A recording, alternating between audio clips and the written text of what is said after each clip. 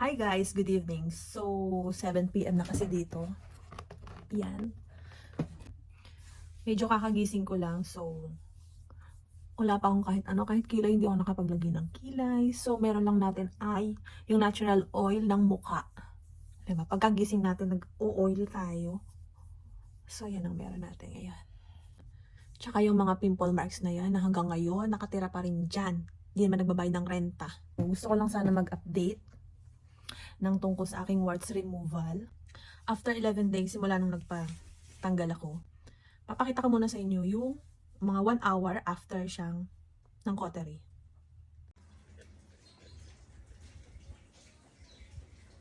Tapos, after 7 days, pinabalik ako and then chinek niya, may mga naiwan pa daw. So, nag-cautery ulit siya. Ito yon.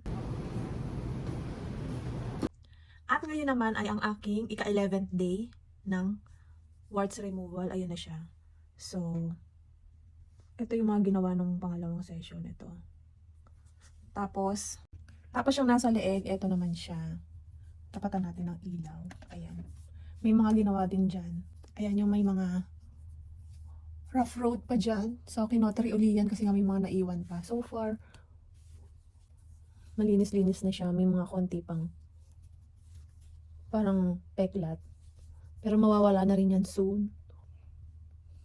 Ayan. Sabi ni Doc, mas madali ang recovery ng face kaysa sa leeg. Mga 5 to 7 days, matatanggal na yung mga langib-langib, sabi niya.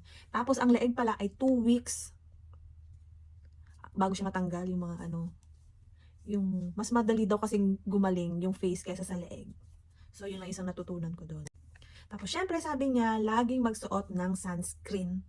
Always wear sunscreen.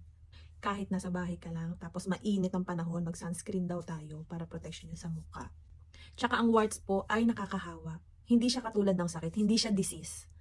Pero naipapasa siya. Kasi over time, habang tayo ay umiidad, lumalaki siya. Nakikita niyo yung iba yung nagkukuntil-kuntil pa.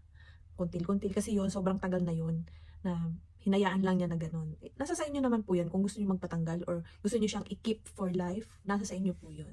So yung iba lang kasi nababother na, ayoko nang may ganun, ayoko nang may ganyan, ang pangit, ipapatanggal ko. Hindi ipatanggal mo, 'di ba? So yun lang po yung tungkol sa warts removal journey ko, charot eme. Thank you!